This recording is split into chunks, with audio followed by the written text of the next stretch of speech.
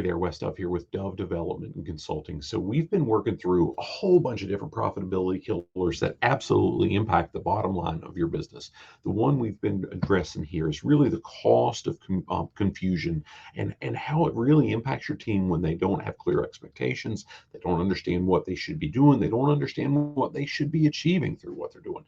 We've looked at that in detail. We've looked at how clear expectations drive results, and we've talked about some specifics, some tangibles, and some measurables that you can really dig into. What we're going to do now is we're going to really dive into some specific but yet simple steps leaders can take to set and even maintain clear expectations with their team. So in doing that, we're going to really dig into here how maintaining high expectations and really keeping them high with your team isn't a bad thing. Too often folks shy away from setting too high expectations. They think it's going to be viewed as unrealistic and people will shy away from them. That's not it. As long as we can give people a purpose and we can give them a clear understanding, hey, there's a strong chance that we can get great buy-in around those expectations and we can help our teams even exceed them. And that really comes down to how do we communicate them very, very clearly in the language that our team members need. A while back, we talked about the idea of breaking the golden rule, communicating with the folks in the way they need, not just the way we would want communicated with us.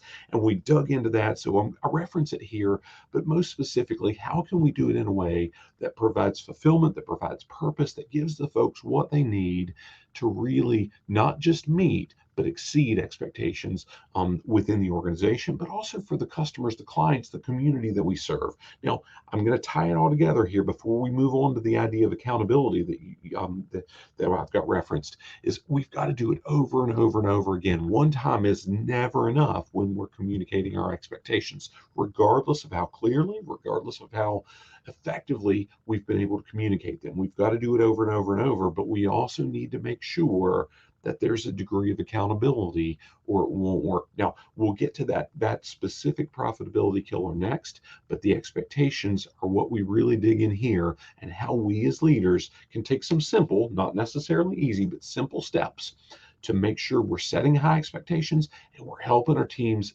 achieve and exceed them on a routine basis. Now, if you've never done it, wherever you're accessing this, I'll challenge you to look for the link to where you can take a short video assessment where you'll click on some different answers. I'll walk you through some different things where I'll challenge you to look at where are you at in your organization, and based on those responses, we've got it set up to we can provide you with what might be the best shot in the arm for you and your organization right now to help you address the profitability killers. There's more to come as you're seeing with these specific profitability killers, but we want to help you immediately, and that might be through a complimentary webinar, a low-cost digital resource, or maybe we're on a call one-on-one and we're really hashing out what's the next steps you can take. How can you lead your team in a way that you can capture that profitability that's probably being lost if we're not leading them effectively, if we're not communicating effectively, if we're not doing any one of these things that we've talked about here as we've looked at profitability killers. Make it a great day. Look forward to seeing you soon. God bless.